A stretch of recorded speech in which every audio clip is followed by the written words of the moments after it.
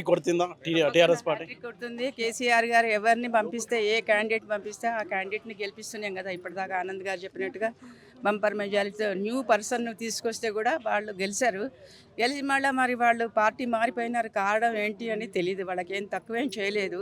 ఒక న్యూ స్ట్రేంజర్ని తీసుకొచ్చి ఇక్కడ పెట్టినా కూడా కేసీఆర్గా పెడితే పార్టీ గెలిపించుకున్నాం గులాబీ కండువా కప్పి. మరి ఇప్పుడు కాసాని జ్ఞానేశ్వర్ గారు మీరు అందరూ ఏమనుకుంటున్నారంటే ఏదో వీకర్ సెక్షన్ అనుకుంటే కాదు. అది వాళ్ళు 90 కులాలను కలుపుకొని ఆయన ఇన్నేళ్ల నుంచి ఆయన జనంలో తిరిగారు, జనంలో ఉన్నారు. మంచి పేరున్నది జ్ఞానేష్ గారికి. తప్పకుండా ఆయన గెలుస్తారని నేను 100% నమ్ముతున్నాను. మేడం 2 సార్లు బీఆర్ఎస్ గెలిచింది ఇక్కడ, ఈసారి మూడోసారి గెలుస్తుంది. నో వే, మూడోసారి తప్పకుండా గెలుస్తుంది. ఎవరో స్ట్రేంజర్ని గెలిచినప్పుడు అసలైన వాళ్ళు గెలవరా? ఇక్కడ వ్యాప్తంగా ఎలా ఉంది మేడం పరిస్థితి?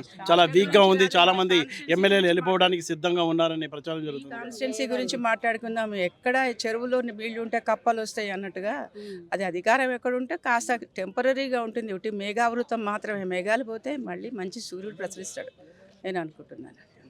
అంటే టోటల్గా మీకు ప్లస్ అయ్యే అంశాలు ఏమున్నాయి ఇక్కడ చేవెళ్ళలో? స్పెషల్లీ ఇక్కడ క్యాండిడేట్ చాలా మందిని కలుపుకుపోయి అనేక కులాలను కలుపుకుపోయినా అది ప్లస్ పాయింట్. అది 90 కులాలు అంటే చిన్న విషయం కాదు.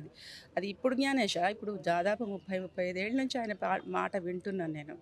అన్ని కులాల వాళ్ళను కలుపుకోవడం అనేది చెప్పన్న కులాలు అంటారు చూడు, అన్ని కులాలను కలుపుకొని ఏకతాటిన వాళ్ళకు మంచి చెడులు బాగోగులు చూడటం అనేది, మంచి పేరు తెచ్చుకోవడం అనేది, చాలా అధికారం లేకుండా తెచ్చుకోవడం అనేది ఇంకా ఒక ప్లస్ పాయింట్. ఇప్పుడు చిన్న అధికారం ఇస్తే వాళ్ళందరికీ ఫేవర్ జరుగుతుందని వాళ్ళు నమ్ముతున్నారు కదా. Candidate is very nice and party తప్పకుండా ఇక్కడ స్ట్రాంగ్గా ఉంది. ప్రధాన పోటీ ఎవరి మధ్య ఉంది అనుకుంటున్నారు చేవెళ్ళలో? ఆయనకు పోటీ లేరని అనుకుంటాడు. సెకండ్ థర్డ్ వస్తారు. ఎవరో ముగ్గురు ఉన్నప్పుడు 2-3 అవుతారు. కాంగ్రెస్ బీజేపీ 2-3 వస్తారు అంతే. ఫస్ట్ మాత్రం తప్పకుండా బీఆర్ఎస్ పార్టీ అని నేను నమ్ముతున్నాను. రేవంత్ రెడ్డి చెప్తున్నారు కేవలం ఇక్కడ కాంగ్రెస్ బీజేపీ మధ్య పోటీ ఉంది. బీఆర్ఎస్ మనం అందరం ఆశాజనకులమే. తప్పకుండా 100% గెలుస్తామని. ఓడిపోయే వాళ్ళు కూడా అదే చెప్తారు కదా. లేకపోయేదంటే గెలుస్తారనంటే గెలవరు అని చెప్తారా? మొదలే చెప్పరు కదా. 100 రోజులలో మనకు తెలిసిపోయింది కదా ఎట్లాంటి ప్రభుత్వం అన్న సంగతి. పథకాలన్నీ పోయినాయి. ఎందుకు? Smooth transition. ఎవరు అధికారంలో ఉన్న ప్రజలకు జరిగే పథకాలు, ప్రజలకు జరిగే లాభాలు కంటిన్యూ కావాలి. ఒక ప్రభుత్వం మారిపోగానే ప్రజలు ఇబ్బంది పడతారా? అది కరెక్ట్ కాదు కదా. కరెక్ట్గా టేక్ ఓవర్ చేయాలి, హ్యాండ్ ఓవర్ చేయాలి. ఇది కరెక్ట్ విషయం కాదు. ఎందుకంటే 100 రోజుల్లోనూ తెలిసిపోయింది. ఇంకా ఎన్ని రోజులు ఇంకా చూసేది ఏం లేదు.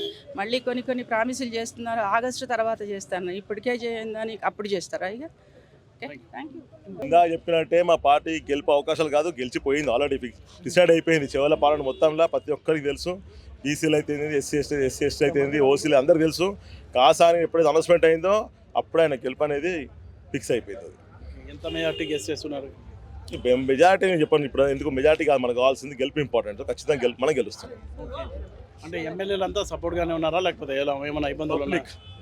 పబ్లిక్ అంతా సపోర్ట్గా ఉన్నారు. ఎమ్మెల్యేలు అన్న ఎప్పుడైనా మనకు కావాల్సింది ఓటర్స్. లీడర్లే ఓటర్లే. ఎవరైనా ఓటర్స్తోనే గెలిచింది, లీడర్ లేరు కదా. అందుకని మాకు అందరు సపోర్ట్ ఉన్నది ఆల్రెడీ.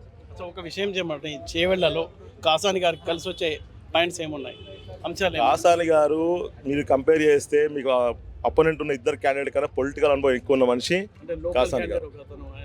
కాసాని గారు లోకల్.